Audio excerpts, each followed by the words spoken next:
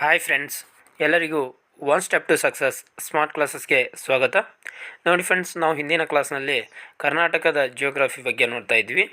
ಇವತ್ತಿನ ಏನಪ್ಪ ಅಂದರೆ ಕರ್ನಾಟಕದ ನದಿಗಳ ಬಗ್ಗೆ ನೋಡ್ತಾ ಬರೋಣ. ಕರ್ನಾಟಕದಲ್ಲಿ ನದಿಗಳು ಎರಡು ರೀತಿಯಲ್ಲಿ ಹರಿತಾವೆ. ಒಂದು ಎಷ್ಟಪ್ಪ ಅಂದರೆ ಪೂರ್ವಕ್ಕೆ ಹರಿಯುವ ನದಿಗಳು, ಇನ್ನೊಂದು ಪಶ್ಚಿಮಕ್ಕೆ ಹರಿಯುವ ನದಿಗಳು. ಕರ್ನಾಟಕದಲ್ಲಿ ಪೂರ್ವಾಭಿಮುಖವಾಗಿ ಹರಿಯುವಂಥ ನದಿಗಳನ್ನು ಪೂರ್ವಕ್ಕೆ ಹರಿಯುವ ನದಿಗಳು ಅಂತೇಳಿ ಒಂದು ಗುಂಪು ಮಾಡಲಾಗಿದೆ, ಮತ್ತು ಇನ್ನೊಂದು ಪಶ್ಚಿಮಾಭಿಮುಖವಾಗಿ ಹರಿಯುವಂಥ ನದಿಗಳನ್ನು ಪಶ್ಚಿಮಕ್ಕೆ ಹರಿಯುವ ನದಿಗಳು ಅಂತೇಳಿ ಈ ಎರಡು ಗುಂಪುಗಳನ್ನಾಗಿ ಮಾಡಲಾಗಿದೆ. ಇಲ್ಲಿದೆ ನೋಡಿ, ರಾಜ್ಯದ ನದಿಗಳನ್ನು ಮುಖ್ಯವಾಗಿ ಎರಡು ವಿಭಾಗಗಳಾಗಿ ವಿಂಗಡಿಸಲಾಗಿದೆ. ಮೊದಲನೇದು ಪೂರ್ವಕ್ಕೆ ಹರಿಯುವ ನದಿಗಳು, ಎರಡನೇದು ಪಶ್ಚಿಮಕ್ಕೆ ಹರಿಯುವ ನದಿಗಳು. ಪೂರ್ವಾಭಿಮುಖವಾಗಿ ಅಂದರೆ ಪೂರ್ವಕ್ಕೆ ಹರಿಯುವಂಥ ನದಿಗಳು ಯಾವ್ಯಾವು ಅಂತ ನೋಡ್ತಾ ಬರೋದಾದರೆ, ಪ್ರಮುಖ ನದಿಗಳನ್ನು ಇಲ್ಲಿ ನೋಟ್ ಮಾಡಲಾಗಿದೆ. ಅಂದರೆ ಇವುಗಳ ಉಪನದಿಗಳನ್ನು ನೋಟ್ ಮಾಡಿಲ್ಲ, ಕೇವಲ ಪ್ರಮುಖ ನದಿಗಳು. ಒಂದನೇದು ಏನಪ್ಪ ಅಂದರೆ ಕಾವೇರಿ, ಕೃಷ್ಣ, ಗೋದಾವರಿ, ಉತ್ತರ ಪಿನಾಕಿನಿ, ದಕ್ಷಿಣ ಪಿನಾಕಿನಿ, ಪಾಲಾರ್. ನೋಡಿ ಫ್ರೆಂಡ್ಸ್, ಈ ಪ್ರಮುಖ ನದಿಗಳು ಯಾವ ದಿಕ್ಕಿಗೆ ಹರಿತಾವಲ್ಲ, ಇದರ ಉಪನದಿಗಳು ಕೂಡ ಅದೇ ದಿಕ್ಕಿಗೆ ಹರಿತಾವೆ. ಅಂದರೆ ಇವು ಪೂರ್ವಕ್ಕೆ ಹರಿತಾ ಇದ್ದಾವಂದರೆ ಇವುಗಳ ಉಪನದಿಗಳು ಕೂಡ ಪೂರ್ವಕ್ಕೆ ಹರಿತಾ ಇರ್ತಾವೆ. ಹೌದಾ? ಏನಾದರೂ ಕ್ವಶನ್ ರೈಸ್ ಆದರೆ ಯಾವ ರೀತಿ ರೈಸ್ ಆಗುತ್ತೆ ಅಂದರೆ, ಈ ಕೆಳಗಿನವುಗಳಲ್ಲಿ ಯಾವುದು ಪಶ್ಚಿಮಕ್ಕೆ ಹರಿಯುವ ನದಿಯಲ್ಲ ಅಂತ ಕೊಡ್ತಾನೆ. ಮೂರು ನದಿಗಳನ್ನು ಪಶ್ಚಿಮಕ್ಕೆ ಹರಿಯುವ ನದಿಗಳನ್ನಾಗಿ ಕೊಟ್ಟಿರ್ತಾನೆ, ಒಂದು ನದಿಯನ್ನು ಪೂರ್ವಕ್ಕೆ ಹರಿಯುವ ನದಿ ಕೊಟ್ಟಿರ್ತಾನೆ. ಅದರಲ್ಲಿ ಪ್ರಮುಖ ನದಿ ಕೊಟ್ಟಿರಲ್ಲ, ಒಮ್ಮೊಮ್ಮೆ ಏನು ಮಾಡಿರ್ತಾನೆ, ಉಪನದಿಯನ್ನು ಕೊಟ್ಟಿರ್ತಾನೆ. ಈಗ ಕೃಷ್ಣಾ ನದಿಯ ಉಪನದಿಗಳು ಯಾವುವು? ಈಗ ಭೀಮಾ ಆಗಿರ್ಬೋದು, ತುಂಗಭದ್ರಾ ಆಗಿರ್ಬೋದು, ಮಲಪ್ರಭಾ, ಘಟಪ್ರಭಾ, ದೋಣಿ, ಇವೆಲ್ಲವೂ ಕೂಡ ಪೂರ್ವಕ್ಕೆ ಹರಿಯುವ ನದಿಗಳು. ಅದೇ ರೀತಿಯಾಗಿ ಕಾವೇರಿ ನದಿಯ ಉಪನದಿಗಳು ಹೇಮಾವತಿ, ಅರ್ಕಾವತಿ, ಅದೇ ರೀತಿಯಾಗಿ ವೃಷಭಾವತಿ ಆಗಿರ್ಬೋದು, ಹಾರಂಗಿ, ಇವೆಲ್ಲವೂ ಕೂಡ ಪೂರ್ವಕ್ಕೆ ಹರಿಯುವ ನದಿಗಳು. ಹೌದಾ? ಇದು ತಲೆಗಿರ್ಬೇಕು. ಮೇನ್ ನದಿಗಳು ಯಾವ ದಿಕ್ಕಿಗೆ ಹರಿತಿರ್ತಾವಲ್ಲ, ಅವುಗಳ ಉಪನದಿಗಳು ಕೂಡ ಅದೇ ದಿಕ್ಕಿಗೆ ಹರಿತಾವು. ನೆಕ್ಸ್ಟ್ ಏನಪ್ಪ ಅಂದರೆ ಇಲ್ಲಿ ಮ್ಯಾಪನ್ನು ಕೊಟ್ಟಿದ್ದೀನಿ ನೋಡಿ ಫ್ರೆಂಡ್ಸ್. ಇಲ್ಲಿ ಯಾವ ರೀತಿ ಇದೆಯಪ್ಪ ಅಂದರೆ ನದಿಗಳು, ಒಂದು ಸೆಕೆಂಡು, ಹಾಂ, ಇಲ್ಲಿ ಕಾಣ್ತಾ ಇದೆ ನೋಡಿ. ಇಲ್ಲಿ ಕಾವೇರಿ ನದಿ ಕಾಣ್ತಾ ಇದೆ. ಇಲ್ಲಿ ಉಗಮ ಆಗುತ್ತೆ. ಎಲ್ಲಿದು? ತಲಕಾವೇರಿಯಲ್ಲಿ. ಎಲ್ಲಿ? ತಲಕಾವೇರಿ ಎಲ್ಲಿ ಕಂಡು ಬರ್ತೈತಿ? ತಲಕಾವೇರಿ ಕೊಡಗು ಜಿಲ್ಲೆಯಲ್ಲಿ ತಲಕಾವೇರಿ ಕಂಡು ಬರ್ತೈತಿ. ಹೌದಾ? ಯಾವ ಬೆಟ್ಟದ ಸಮೀಪ ಅಂದರೆ ಬ್ರಹ್ಮಗಿರಿ ಬೆಟ್ಟದ ಸಮೀಪ. ಇಲ್ಲೇನು ಕಾವೇರಿ ನದಿ ಹರಿತಾ ಇದೆಯಲ್ಲ, ಇಲ್ಲಿ ಕಾವೇರಿ ನದಿ ಹರಿತಾ ಇದೆ. ಈ ಕಾವೇರಿ ನದಿಗೆ ಹೇಮಾವತಿ ಅಂತ ಒಂದು ಉಪನದಿ ಬಂದು ಕೊಡ್ತಾ ಇದೆ, ಇಲ್ಲಿ ಅರ್ಕಾವತಿ ಅಂತ ಒಂದು ಉಪನದಿ ಕೊಡ್ತಾ ಇದೆ. ಈ ಸೈಡ್ಲಿಂದ ಬೇರೆ ಬೇರೆ ನದಿಗಳು ಬಂದು ಏನು ಮಾಡ್ತಾ ಇದ್ದಾವೆ, ಕೂಡ್ತಾ ಇದ್ದಾವೆ. ಹೌದಾ? ನೆಕ್ಸ್ಟ್ ಇದೇ ರೀತಿಯಾಗಿ ಬೇರೆ ಬೇರೆ ನದಿ ಅದು. ಇಲ್ಲಿ ಭದ್ರಾ ನದಿ ಇದೆ, ಇಲ್ಲಿ ತುಂಗಾ ನದಿ ಇದೆ. ಇವೆರಡೂ ನದಿಗಳು ಎಲ್ಲಿ ಕುಡಿಯವು? ಇಲ್ಲಿ ಕುಡಿಯವು.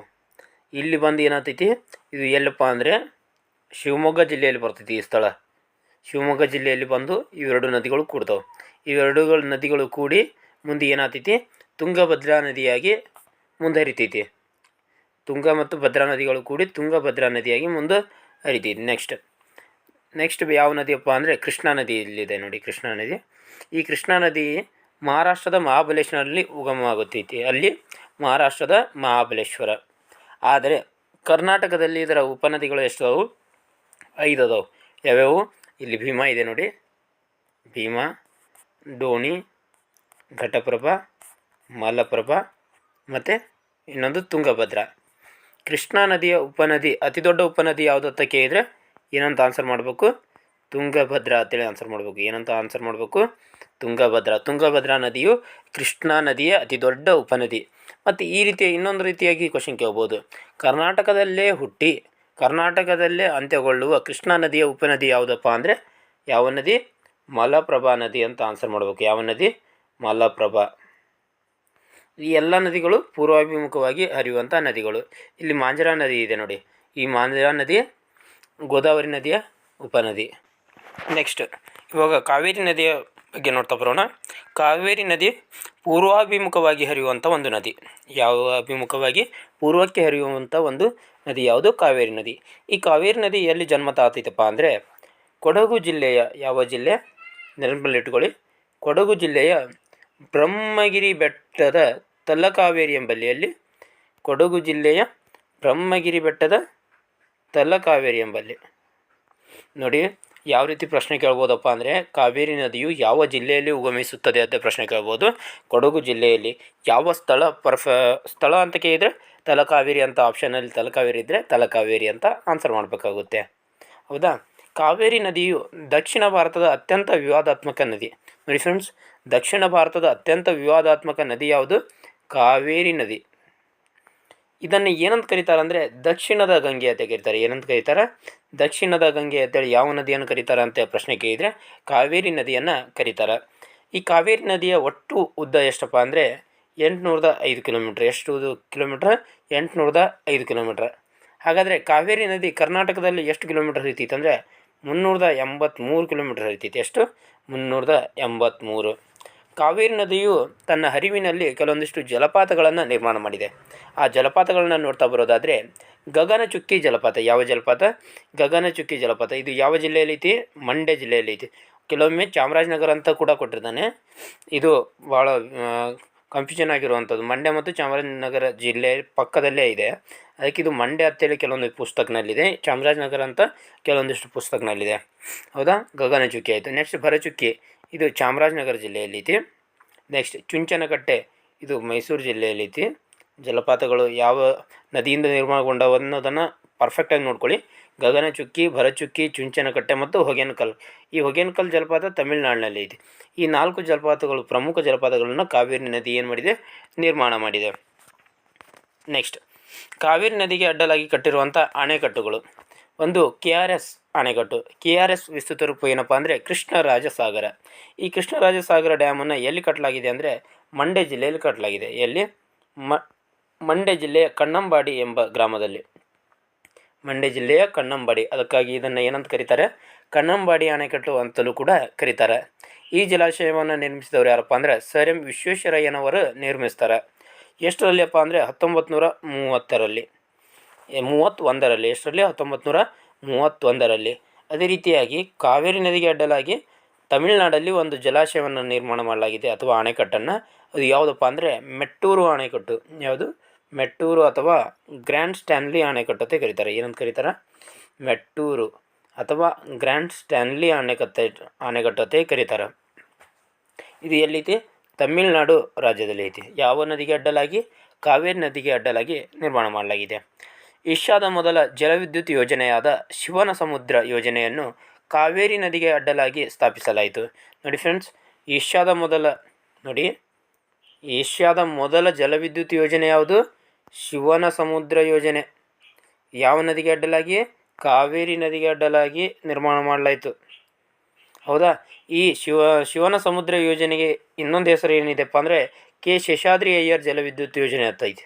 ಕೆ ಶೇಷಾದ್ರಿ ಅಯ್ಯರ್ ಜಲವಿದ್ಯುತ್ ಯೋಜನೆ ಅಂದರೆ ಈ ಶಿವನ ಸಮುದ್ರ ಯೋಜನೆ ಜಲವಿದ್ಯುತ್ ಯೋಜನೆ ಐತಲ್ಲ, ಇದನ್ನು ಕೆ ಶೇಷಾದ್ರಿ ಅಯ್ಯರ್ ಅವರು ನಿರ್ಮಾಣ ಮಾಡ್ತಾರೆ. ಅಂದರೆ ಎಷ್ಟರಲ್ಲಿ?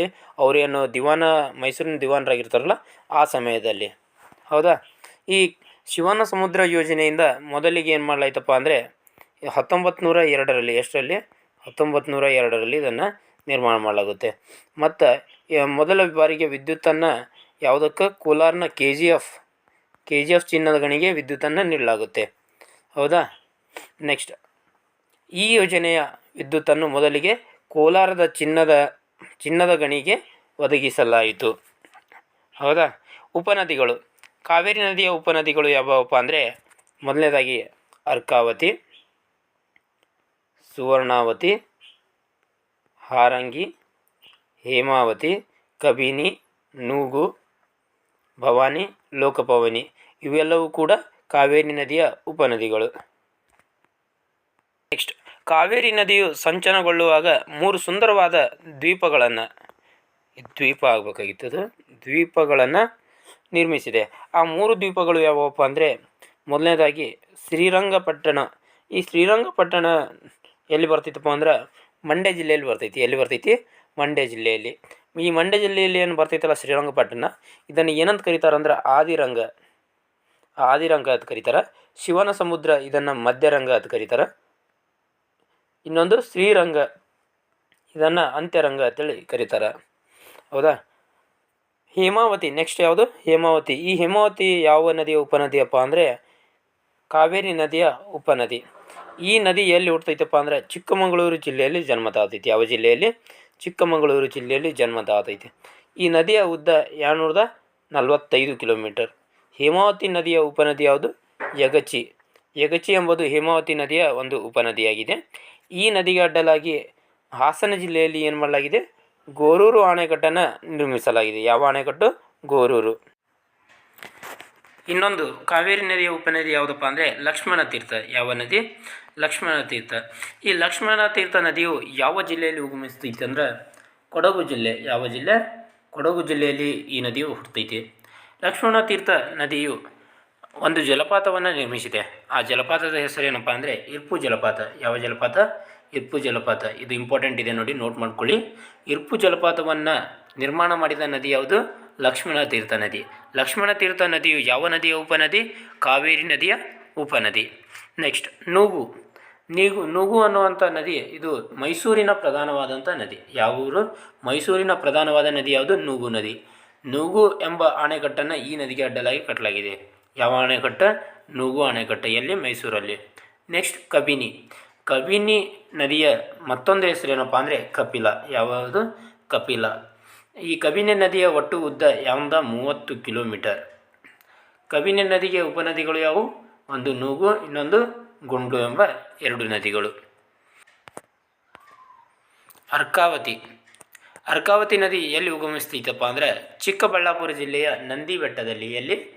ಚಿಕ್ಕಬಳ್ಳಾಪುರ ಜಿಲ್ಲೆಯ ನಂದಿ ಬೆಟ್ಟದಲ್ಲಿ ಅರ್ಕಾವತಿ ನದಿ ಜನ್ಮ ತಾತೈತಿ. ಈ ಅರ್ಕಾವತಿ ನದಿ 161 ಕಿಲೋಮೀಟರ್ ಉದ್ದ ಹರಿತೈತಿ. ಈ ಅರ್ಕಾವತಿ ನದಿಯ ಉಪನದಿ ಯಾವುದಪ್ಪ ಅಂದರೆ ವೃಷಭಾವತಿ. ಯಾವುದು? ವೃಷಭಾವತಿ. ಬೆಂಗಳೂರು ನಗರವು ಯಾವ ನದಿಯ ತೀರದಲ್ಲಿದೆ ಅಂದರೆ ಬೆಂಗಳೂರು ನಗರ. ಯಾವ ನಗರ? ಬೆಂಗಳೂರು. ಬೆಂಗಳೂರು ನಗರ ಯಾವ ನದಿಯ ತೀರದಲ್ಲಿದೆ ಅಂದರೆ ವೃಷಭಾವತಿ ನದಿಯ ತೀರದಲ್ಲಿದೆ. ಯಾವ ನದಿ? ವೃಷಭಾವತಿ. ಈ ವೃಷಭಾವತಿ ನದಿಯು ಯಾವ ನದಿಯ ಉಪನದಿ? ಅರ್ಕಾವತಿ ನದಿಯ ಉಪನದಿ. ನೆಕ್ಸ್ಟ್ ಶಿಂಷಾ. ಶಿಂಷಾ ನದಿಯು ಜನ್ಮ ತಾಳೋದು ತುಮಕೂರಿನ ದೇವರಾಯನದುರ್ಗದಲ್ಲಿ. ಎಲ್ಲಿ? ತುಮಕೂರು ಜಿಲ್ಲೆಯ ದೇವರಾಯನದುರ್ಗದಲ್ಲಿ ಶಿಂಷಾ ನದಿ ಏನು ಮಾಡುತ್ತೈತಿ? ಜನ್ಮ ತಾತೈತಿ. ಈ ನದಿಯ ಒಟ್ಟು ಉದ್ದ 130 ಕಿಲೋಮೀಟರ್. ಅದೇ ರೀತಿಯಾಗಿ ಹೊನ್ನುಹೊಳೆ ಅನ್ನುವಂಥ ಒಂದು ನದಿ ಇದೆ. ಈ ಹೊನ್ನುಹೊಳೆ ನದಿ ಜನ್ಮ ತಾಳೋದು ಚಾಮರಾಜನಗರ ಜಿಲ್ಲೆಯ ಕೊಳ್ಳೇಗಾಲದಲ್ಲಿ. ಎಲ್ಲಿ? ಚಾಮರಾಜನಗರ ಜಿಲ್ಲೆಯ ಕೊಳ್ಳೇಗಾಲ. ಈ ಹೊನ್ನುಹೊಳೆ ನದಿಯ ಉಪನದಿ ಯಾವುದಪ್ಪ ಅಂದರೆ ಚಿಕ್ಕಹೊಳೆ. ಚಿಕ್ಕಹೊಳೆ ಎಂಬುದು ಹೊನ್ನುಹೊಳೆಯ ನದಿಯ ಉಪನದಿಯಾಗಿದೆ. ಈ ಹೊನ್ನುಹೊಳೆ ನದಿಗೆ ಇನ್ನೊಂದು ಹೆಸರೇನಿದೆಪ್ಪ ಅಂದರೆ ಸುವರ್ಣಾವತಿ. ಏನಂತಿದೆ? ಸುವರ್ಣಾವತಿ. ನೆಕ್ಸ್ಟ್ ಯಾವುದಪ್ಪ ಅಂದರೆ ಮೋಯಾರ್ ನದಿ. ಮೋಯಾರ್ ನದಿ ಕರ್ನಾಟಕದ ಅತ್ಯಂತ ದಕ್ಷಿಣದ ನದಿಯಾಗಿದೆ. ನೋಡಿ, ಕರ್ನಾಟಕದ ಅತ್ಯಂತ ದಕ್ಷಿಣದ ನದಿ ಯಾವುದು? ಮೋಯಾರ್ ನದಿ. ಉತ್ತರದ ನದಿ ಯಾವುದು? ಕರ್ನಾಟಕದ ಅತ್ಯಂತ ಉತ್ತರದ ನದಿ ಮಾಂಜ್ರಾ ನದಿ. ಯಾವ ನದಿ? ಮಾಂಜ್ರಾ ನದಿ. ಈ ಮಾಂಜ್ರಾ ನದಿ ಗೋದಾವರಿ ನದಿಯ ಉಪನದಿ. ಯಾವ ನದಿಯ ಉಪನದಿ? ಗೋದಾವರಿ ನದಿಯ ಉಪನದಿ. ಈ ಮಾಂಜ್ರಾ ನದಿಯ ಉಪನದಿ ಕಾರಂಜಾ ಅಂತ ಬರ್ತೈತಿ. ಯಾವುದು? ಕಾರಂಜಾ. ನೆಕ್ಸ್ಟ್ ಈ ಮೋಯಾರ್ ನದಿಯು ಕರ್ನಾಟಕ ಮತ್ತು ತಮಿಳುನಾಡು ನಡುವಿನ ನೈಸರ್ಗಿಕ ಗಡಿರೇಖೆಯಾಗಿದೆ. ನೈಸರ್ಗಿಕ ಗಡಿರೇಖೆಯಾಗಿ ಈ ಮೋಯಾರ್ ನದಿ ಇದೆ. ನೆಕ್ಸ್ಟ್ ಲೋಕಪಾವನಿ ನದಿ ಎಲ್ಲಿ ಉಗಮಿಸ್ತೈತಪ್ಪ ಅಂದ್ರೆ ಗುಂಡ್ಲುಪೇಟೆಯಲ್ಲಿ ಉಗಮಿಸ್ತೈತಿ. ಹೌದಾ? ಶ್ರೀರಂಗಪಟ್ಟಣ ಸಮೀಪ ಕಾವೇರಿ ನದಿಯನ್ನು ಈ ನದಿಯು ಸೇರ್ತೈತಿ. ಕಾವೇರಿ ನದಿ ಜಲವಿವಾದ ಇರುವ ರಾಜ್ಯಗಳು ಅಂದರೆ ಕಾವೇರಿ ನದಿ ಯಾವ್ಯಾವ ರಾಜ್ಯಗಳೊಂದಿಗೆ ಜಲವಿವಾದವನ್ನು ಹೊಂದಿದೆ ಅಂದರೆ ಕರ್ನಾಟಕ, ತಮಿಳುನಾಡು, ಕೇರಳ ಮತ್ತು ಪಾಂಡಿಚೇರಿ. ನೆಕ್ಸ್ಟ್ ಕೃಷ್ಣಾ ನದಿ. ಇದು ದಕ್ಷಿಣ ಭಾರತದ ಅತಿ ಮುಖ್ಯವಾದ 2ನೇ ನದಿ. ನೋಡಿ, ದಕ್ಷಿಣ ಭಾರತದ ಅತಿ ಮುಖ್ಯವಾದ 2ನೇ ನದಿ ಯಾವುದು? ಕೃಷ್ಣಾ ನದಿ. ಹಾಗಾದರೆ ದಕ್ಷಿಣ ಭಾರತದ ಅತಿ ಮುಖ್ಯವಾದ ಮೊದಲ ನದಿ ಯಾವುದು? ಅತಿ ಮುಖ್ಯವಾದ ಮೊದಲ ನದಿ ಗೋದಾವರಿ. ಯಾವ ನದಿ? ಗೋದಾವರಿ ನದಿ. ಈ ಕೃಷ್ಣಾ ನದಿ ಎಲ್ಲಿ ಉಗಮವಾತೈತಿ, ಎಲ್ಲಿ ಜನ್ಮ ತಾತೈತಪ್ಪ ಅಂದ್ರೆ ಮಹಾರಾಷ್ಟ್ರದ ಮಹಾಬಲೇಶ್ವರದಲ್ಲಿ ಕೃಷ್ಣಾ ನದಿಯು ಜನ್ಮ ತಾತೈತಿ. ಈ ಕೃಷ್ಣಾ ನದಿಯ ಒಟ್ಟು ಉದ್ದ ನೋಡ್ತಾ ಬರೋದಾದರೆ 1400 ಕಿಲೋಮೀಟರ್. ಎಷ್ಟು? 1400 ಕಿಲೋಮೀಟರ್. ಕರ್ನಾಟಕದಲ್ಲಿ ಕೃಷ್ಣಾ ನದಿಯ ಉದ್ದ ಎಷ್ಟಿದೆಯಪ್ಪ ಅಂದರೆ 480 ಅಥವಾ 483 ಕಿಲೋಮೀಟರ್. ಕೆಲವೊಂದಿಷ್ಟು ಬುಕ್ನಲ್ಲಿ 480 ಕಿಲೋಮೀಟರ್ ಅಂತ ನೀಡಲಾಗಿದೆ, ಕೆಲವೊಂದಿಷ್ಟು ಬುಕ್ನಲ್ಲಿ 483 ಕಿಲೋಮೀಟರ್ ಅಂತ ನೀಡಲಾಗಿದೆ. ಹೌದಾ, ನೀವು ಕರೆಕ್ಟಾಗಿ ಆಪ್ಷನನ್ನು ನೋಡಿ ಆನ್ಸರ್ ಮಾಡಬೇಕಾಗುತ್ತೆ. ಇವೆಲ್ಲವೂ ಕೂಡ ಅತಿ ಪ್ರಮುಖ ಪ್ರಶ್ನೆಗಳು. ಅಂದರೆ ಹಿಂದಿನ ಪ್ರಶ್ನೆ ಪತ್ರಿಕೆಗಳಲ್ಲಿ ಕೇಳಲಾಗಿದೆ. ಕೃಷ್ಣಾ ನದಿ ಎಲ್ಲಿ ಉಗಮಿಸ್ತೈತಿ ಮತ್ತು ಕೃಷ್ಣಾ ನದಿಯು ಕರ್ನಾಟಕದಲ್ಲಿ ಎಷ್ಟು ಕಿಲೋಮೀಟರ್ ಹರಿತೈತಿ. ಹೌದಾ, ಕರ್ನಾಟಕ ರಾಜ್ಯದಲ್ಲಿ ಹರಿಯುವ ಅತಿ ಉದ್ದವಾದ ನದಿ ಇದು. ಯಾವ ನದಿ? ಕೃಷ್ಣಾ ನದಿ. ಕರ್ನಾಟಕ ರಾಜ್ಯದಲ್ಲಿ ಹರಿಯುವ ಅತಿ ಉದ್ದವಾದ ನದಿ ಯಾವುದು? ಕೃಷ್ಣ. ನೆಕ್ಸ್ಟ್, ಕೊಯ್ನಾ ಅಣೆಕಟ್ಟು. ಕೊಯ್ನಾ ಅಣೆಕಟ್ಟನ್ನು ಕೃಷ್ಣಾ ನದಿಗೆ ಅಡ್ಡಲಾಗಿ ಮಹಾರಾಷ್ಟ್ರದಲ್ಲಿ ಕಟ್ಟಲಾದ ಬೃಹತ್ ಅಣೆಕಟ್ಟಾಗಿದೆ. ನೋಡಿ, ಕೃಷ್ಣಾ ನದಿಗೆ ಅಡ್ಡಲಾಗಿ ಕಟ್ಟಲಾದ ಒಂದು ಬೃಹತ್ ಅಣೆಕಟ್ಟು ಯಾವುದು? ಕೊಯ್ನಾ ಅಣೆಕಟ್ಟು. ಇದು ಎಲ್ಲೈತಿ? ಮಹಾರಾಷ್ಟ್ರ ರಾಜ್ಯದಲ್ಲಿ ಐತಿ. ನೆಕ್ಸ್ಟ್, ಕೃಷ್ಣಾ ಮೇಲ್ದಂಡೆ ಯೋಜನೆ. ಇದು ಕರ್ನಾಟಕದ ಅತಿ ದೊಡ್ಡ ನೀರಾವರಿ ಯೋಜನೆಯಾಗಿದ್ದು 3 ಪ್ರಧಾನ ಅಣೆಕಟ್ಟನ್ನು ಒಳಗೊಂಡಿದೆ. ನೋಡಿ, ಕೃಷ್ಣಾ ಮೇಲ್ದಂಡೆ ಯೋಜನೆ ಕರ್ನಾಟಕದ ಅತಿ ದೊಡ್ಡ ನೀರಾವರಿ ಯೋಜನೆ. ಹೌದಾ, ಇದು ಪ್ರಧಾನ 3 ಅಣೆಕಟ್ಟುಗಳನ್ನು ಒಳಗೊಂಡಿದೆ. ಆ 3 ಅಣೆಕಟ್ಟು ಯಾವ್ಯಾವು ಅಂತ ನೋಡ್ತಾ ಬರೋದಾದರೆ, ಮೊದಲನೇದಾಗಿ ಆಲ್ಮಟ್ಟಿ ಅಣೆಕಟ್ಟು ಅಥವಾ ಲಾಲ್ ಬಹದ್ದೂರ್ ಶಾಸ್ತ್ರಿ ಅಣೆಕಟ್ಟು ಅಂತಲೂ ಕೂಡ ಕರೀತಾರೆ. ಇದು ಎಲ್ಲಿ ಕಂಡು ಬರ್ತೈತಪ್ಪ ಅಂದರೆ ವಿಜಯಪುರ ಜಿಲ್ಲೆಯ ನಿಡಗುಂದಿ ತಾಲೂಕಿನ ಆಲ್ಮಟ್ಟಿಯಲ್ಲಿ ಕಂಡು ಬರ್ತೈತಿ. ಮೊದಲು ಬಸವನ ಬಾಗೇವಾಡಿ ತಾಲೂಕಿಗೆ ಸೇರ್ತಿತ್ತು, ಈಗ ನಿಡಗುಂದಿ ತಾಲೂಕಿನ ಆಲ್ಮಟ್ಟಿ ಎಂಬಲ್ಲಿ ಇದು ಕಂಡು ಬರ್ತೈತಿ. ನೆಕ್ಸ್ಟ್, ನಾರಾಯಣಪುರ ಅಣೆಕಟ್ಟು. ನಾರಾಯಣಪುರ ಅಣೆಕಟ್ಟಿನ ಇನ್ನೊಂದು ಹೆಸರೇ ಬಸವಸಾಗರ ಅಣೆಕಟ್ಟು. ಯಾವ ಸಾಗರ ಅಣೆಕಟ್ಟು? ಬಸವಸಾಗರ ಅಣೆಕಟ್ಟು. ಇದು ಕಂಡುಬರೋದು ಯಾದಗಿರಿ ಜಿಲ್ಲೆಯಲ್ಲಿ. ಯಾವ ಜಿಲ್ಲೆಯಲ್ಲಿ? ಯಾದಗಿರಿ. Next, Hipparagi dam. ಈ ಹಿಪ್ಪರಗಿ ಡ್ಯಾಮ್ ಕಂಡುಬರೋದು ಬಾಗಲಕೋಟೆ ಜಿಲ್ಲೆಯಲ್ಲಿ. ಇದು ಕೃಷ್ಣಾ ಮೇಲ್ದಂಡೆ ಯೋಜನೆಯಲ್ಲಿ ಕಂಡುಬರುವಂಥ 3 ಪ್ರಧಾನ ಅಣೆಕಟ್ಟುಗಳು. ನೆಕ್ಸ್ಟ್, ನಾಗಾರ್ಜುನ ಅಣೆಕಟ್ಟು. ಈ ನಾಗಾರ್ಜುನ ಅಣೆಕಟ್ಟು ಆಂಧ್ರ ಪ್ರದೇಶಕ್ಕೆ ಸಂಬಂಧಪಡ್ತೈತೆ. ಅಂದರೆ ಆಂಧ್ರ ಪ್ರದೇಶದಲ್ಲಿ ಕೃಷ್ಣಾ ನದಿಗೆ ಅಡ್ಡಲಾಗಿ ಕಟ್ಟಲಾದ ಅಣೆಕಟ್ಟೆ ನಾಗಾರ್ಜುನ ಅಣೆಕಟ್ಟು. ಕೃಷ್ಣಾ ನದಿಯ ಉಪನದಿಗಳನ್ನು ನೋಡ್ತಾ ಬರೋದಾದರೆ, ಮಹಾರಾಷ್ಟ್ರದಲ್ಲಿ ಕೊಯ್ನಾ ಅಂತ ಕೃಷ್ಣಾ ನದಿಯ ಉಪನದಿ ಇದೆ. ನೆಕ್ಸ್ಟ್, ದೂದ್ಗಂಗಾ ಅಂತ ಇದೆ. ನೆಕ್ಸ್ಟ್, ಪಂಚಗಂಗಾ. ಇವು 3 ಕೃಷ್ಣಾ ನದಿಯ ಉಪನದಿಗಳು ಮಹಾರಾಷ್ಟ್ರ ರಾಜ್ಯದಲ್ಲಿ ಕಂಡು ಬರ್ತಾವೆ. ನೆಕ್ಸ್ಟ್, ಕರ್ನಾಟಕದಲ್ಲಿ 5 ಕೃಷ್ಣಾ ನದಿಯ ಉಪನದಿಗಳು ಕಂಡು ಬರ್ತಾವೆ. ಅವ್ಯಾವು? ದೋಣಿ, ಮಲಪ್ರಭಾ, ಘಟಪ್ರಭಾ, ಭೀಮಾ ಮತ್ತು ತುಂಗಭದ್ರಾ. ಹಾಗಾದರೆ ಕೃಷ್ಣಾ ನದಿಯ ಅತಿ ದೊಡ್ಡ ಉಪನದಿ ಯಾವುದು? ತುಂಗಭದ್ರಾ ನದಿಯು ಕೃಷ್ಣಾ ನದಿಯ ಅತಿ ದೊಡ್ಡ ಉಪನದಿ. ನೆಕ್ಸ್ಟ್, ಆಂಧ್ರ ಪ್ರದೇಶದಲ್ಲಿ ಕೃಷ್ಣಾ ನದಿಯ ಉಪನದಿ ಯಾವುದು? ಮೂಸಿ ನದಿ. ಯಾವ ನದಿ? ಮೂಸಿ. ನೆಕ್ಸ್ಟ್, ದೋಣಿ ನದಿಯ ಬಗ್ಗೆ ನೋಡ್ತಾ ಬರೋದಾದರೆ, ಅಂದರೆ ಇವಾಗ ಕೃಷ್ಣಾ ನದಿಯ ಉಪನದಿಗಳನ್ನು ನೋಡ್ತಾ ಬರೋಣ. ಅದು ಕರ್ನಾಟಕದಲ್ಲಿ ಕಂಡುಬರುವಂಥ ಕೃಷ್ಣಾ ನದಿಯ ಉಪನದಿಗಳನ್ನು ಮಾತ್ರ ನೋಡ್ತಾ ಬರೋಣ. ಮೊದಲನೇದಾಗಿ ದೋಣಿ ನದಿ. ದೋಣಿ ನದಿ ಒಂದು ಪ್ರಮುಖವಾದಂಥ ನದಿ. ಯಾವುದಕ್ಕಪ್ಪ ಅಂದರೆ ಇದು ಜೋಳದ ಬೆಳೆಗೆ ಪ್ರಸಿದ್ಧಿಯಾಗಿದೆ. ಯಾವ ನದಿ? ದೋಣಿ ನದಿ. ಈ ದೋಣಿ ನದಿ ಎಲ್ಲಿ ಉಗಮ ಆಗ್ತೈತಪ್ಪ ಅಂದರೆ ಮಹಾರಾಷ್ಟ್ರದ ದತ್ತಪೀಠ. ಎಲ್ಲಿ? ಮಹಾರಾಷ್ಟ್ರದ ದತ್ತಪೀಠದಲ್ಲಿ ಈ ದೋಣಿ ನದಿ ಉಗಮ ಆಗುತ್ತೆ. ದೋಣಿ ನದಿ ಹರಿಯುವಾಗ ಒಂದು ಜಲಪಾತವನ್ನು ಉಂಟು ಮಾಡುತ್ತೆ. ಆ ಜಲಪಾತ ಯಾವುದು ಅಂತ ನೋಡ್ತಾ ಬರೋದಾದರೆ ಛಾಯಾ ಭಗವತಿ ಜಲಪಾತ. ಯಾವ ಜಲಪಾತ? ಛಾಯಾ ಭಗವತಿ. ಈ ಛಾಯಾ ಭಗವತಿ ಜಲಪಾತ ಕಂಡುಬರೋದು ರಾಯಚೂರು ಜಿಲ್ಲೆಯಲ್ಲಿ. ಎಲ್ಲಿ ಕಂಡು ಬರ್ತಿದೆ? ರಾಯಚೂರು. ನೆಕ್ಸ್ಟ್, ದೋಣಿ ನದಿಯ ಕಣಿವೆಯು ಜೋಳದ ಬೆಳೆಗೆ ಪ್ರಸಿದ್ಧಿಯಾಗಿದೆ. ಆಗಲೇ ಹೇಳಿದಾಗೆ ಯಾವ ಬೆಳೆಗೆ ಪ್ರಸಿದ್ಧಿಯಾಗಿದೆ? ಜೋಳದ ಬೆಳೆಗೆ ಪ್ರಸಿದ್ಧಿಯಾಗಿದೆ. ಮತ್ತು ದೋಣಿ ನದಿಯ ನೀರು ಪ್ರಾಣಿ ಮತ್ತು ಪಕ್ಷಿಗಳಿಗೆ ಕುಡಿಯಲು ಯೋಗ್ಯವಲ್ಲ. ನೋಡಿ, ಇಂಪಾರ್ಟೆಂಟ್ ಇದು. ಪ್ರಾಣಿ ಮತ್ತು ಪಕ್ಷಿಗಳಿಗೆ ಯೋಗ್ಯವಲ್ಲದ ನದಿಯ ನೀರು ಯಾವುದಪ್ಪ ಅಂದರೆ ದೋಣಿ ನದಿಯ ನೀರು. ಇದನ್ನು ಪ್ರಾಣಿ ಮತ್ತು ಪಕ್ಷಿಗಳು ಕುಡಿಯುವುದಿಲ್ಲ, ದೋಣಿ ನದಿಯ ನೀರನ್ನು. ನೆಕ್ಸ್ಟ್, ಭೀಮಾ ನದಿ. ಭೀಮಾ ನದಿ ಜನ್ಮ ತಾಳೋದು ಮಹಾರಾಷ್ಟ್ರದ ಭೀಮಾಶಂಕರ್ ಎಂಬಲ್ಲಿ. ಎಲ್ಲಿ? ಮಹಾರಾಷ್ಟ್ರದ ಭೀಮಾಶಂಕರ್ ಎಂಬಲ್ಲಿ. ಭೀಮಾ ನದಿಯ ಒಟ್ಟು ಉದ್ದ 298 ಕಿಲೋಮೀಟರ್. ಭೀಮಾ ನದಿಗೆ ಅಡ್ಡಲಾಗಿ ಒಂದು ಅಣೆಕಟ್ಟನ್ನು ಕಟ್ಟಲಾಗಿದೆ. ಅದೇ ಬೆಣ್ಣೆತೊರೆ ಅಣೆಕಟ್ಟು. ಈ ಬೆಣ್ಣೆತೊರೆ ಅಣೆಕಟ್ಟು ಕಲಬುರಗಿ ಜಿಲ್ಲೆಯಲ್ಲಿ ನಿರ್ಮಾಣ ಮಾಡಲಾಗಿದೆ. ನೆಕ್ಸ್ಟ್, ಘಟಪ್ರಭಾ ನದಿ. ಘಟಪ್ರಭಾ ನದಿ ಜನ್ಮ ತಾಳೋದು ಮಹಾರಾಷ್ಟ್ರದ ರತ್ನಗಿರಿ ಜಿಲ್ಲೆಯ ಅಂಬೋಲಿ ಎಂಬಲ್ಲಿ ಜನ್ಮ ತಾಳೈತಿ. ಯಾವ ನದಿ? ಘಟಪ್ರಭಾ ನದಿ. ಘಟಪ್ರಭಾ ನದಿಯ ಒಟ್ಟು ಉದ್ದ 83 ಕಿಲೋಮೀಟರ್. ಘಟಪ್ರಭಾ ನದಿಯು ಒಂದು ಜಲಪಾತವನ್ನು ನಿರ್ಮಾಣ ಮಾಡಿದೆ. ಅದೇ ಫೇಮಸ್ ಜಲಪಾತ ಯಾವುದು? ಗೋಕಾಕ್ ಜಲಪಾತ ಅಥವಾ ಗೋಕಾಕ್ ಫಾಲ್ಸ್ ಅಂತ ಕರಿತೀವಿ ನಾವು. ಈ ಗೋಕಾಕ್ ಫಾಲ್ಸ್ ಕಂಡುಬರೋದು ಬೆಳಗಾವಿ ಜಿಲ್ಲೆಯ ಗೋಕಾಕ್ನಲ್ಲಿ. ಎಲ್ಲಿ? ಬೆಳಗಾವಿ ಜಿಲ್ಲೆಯ ಗೋಕಾಕ್ನಲ್ಲಿ ಗೋಕಾಕ್ ಫಾಲ್ಸ್ ಕಂಡುಬರ್ತೈತಿ.